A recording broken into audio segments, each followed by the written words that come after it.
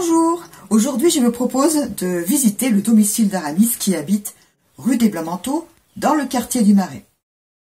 Je vous lis l'extrait. Aramis habitait rue des Blancs-Manteaux au 3e étage d'un immeuble récent. Son logement se composait de 2 pièces principales auxquelles s'ajoutait une 3e dont l'entrée était délibérément condamnée, barrée par une armoire. Les 3 pièces s'étendaient en enfilade et la 3e, la plus petite, celle dont l'accès était condamné, possédait une entrée indépendante située plus loin sur le palier.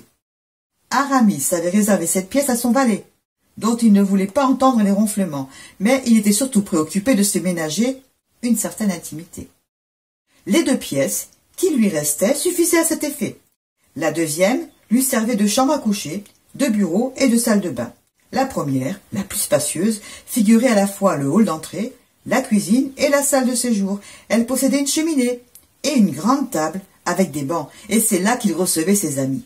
Si sa cuisine n'était pas à proprement parler une bonne table, il possédait toujours quelques bonnes bouteilles à boire en compagnie choisie. La chambre était beaucoup plus modeste, sans aucun luxe ni décoration. On ne trouvait accroché au mur nu, blanchi à la chaux, qu'un modeste crucifix et un miroir suspendu au-dessus d'une petite table sur laquelle était déposée une cuvette et un récipient rempli d'eau. Outre le lit, simple et sans baldaquin, l'armoire et un coffre à linge, une simple table faisait office de bureau. Une étagère et un petit meuble d'angle habillaient la pièce. 2 chandeliers et quelques livres sur l'étagère trouvaient place aux côtés de numéros de la Gazette qu'Athos avait bien voulu lui laisser.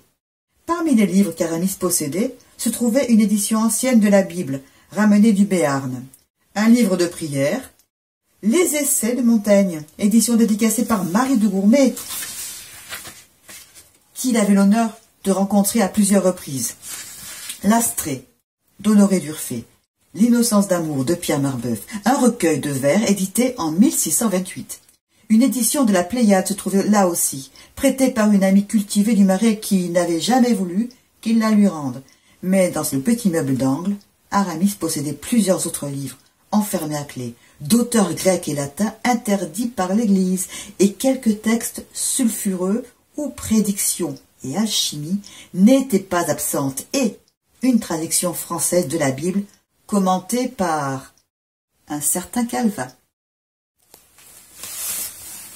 D'ailleurs, j'y jetterai bien un coup d'œil.